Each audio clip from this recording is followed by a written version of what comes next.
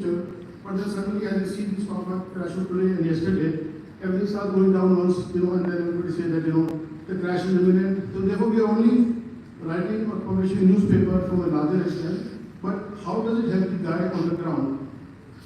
One of the most important things going forward is that can we digitize the land records?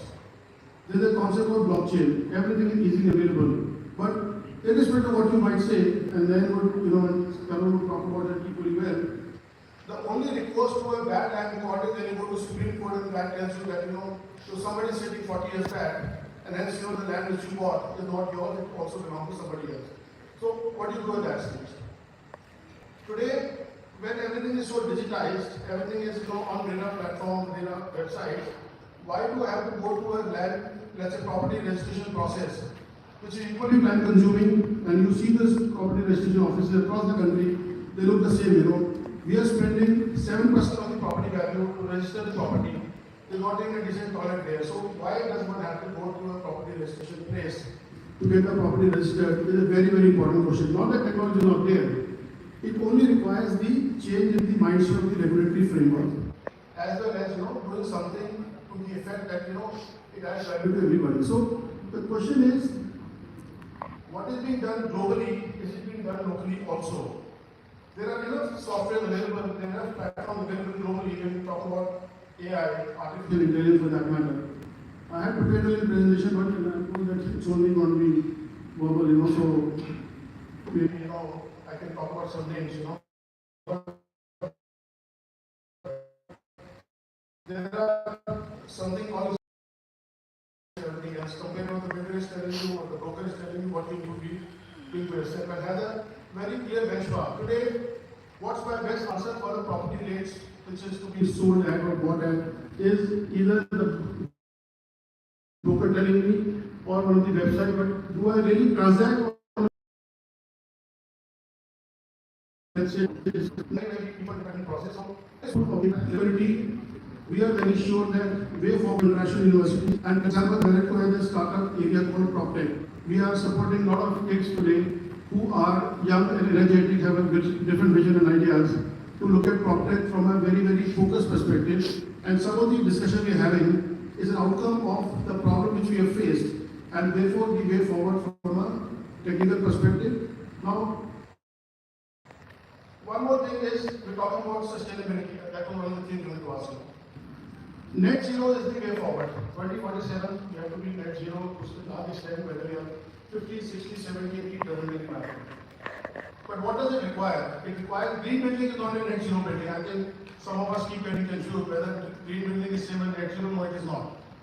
And the interesting statistic is that for us to be net zero, the upper echelons of the society who are today consuming from a number perspective 8.8 ton per year has to go down to 5.5, and the lowest data has to go from 2.2 to 3.3. So the average will be around 3.3 or 4 as the number is concerned. How do you do that? Will anybody stop buying air conditioners? No. Will anybody stop buying cars? No. Therefore, technology Bureau of Energy Efficiency has recently, let's say not recently, a couple of years back, started a concept of star ratings, 1 to 5 star. What does it mean? If I'm buying a 5-star appliance, my capital cost is a little bit higher, but my operating cost is cheaper, and therefore my overall life cycle costing of the product is cheaper, And that also gives you better contribution to the so-called achieving net zero standard. Cars today have shown the way. We have all green cars, we have electric cars. So there is still a debate about that.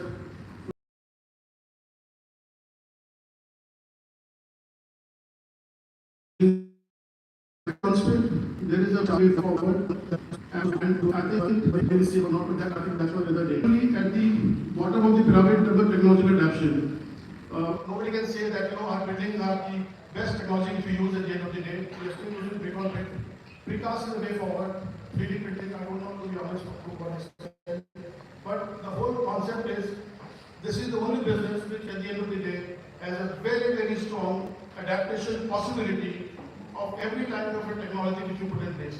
Now today, every builder, every let's say developer or any company which is selling anything, showing you a 3D 3D model.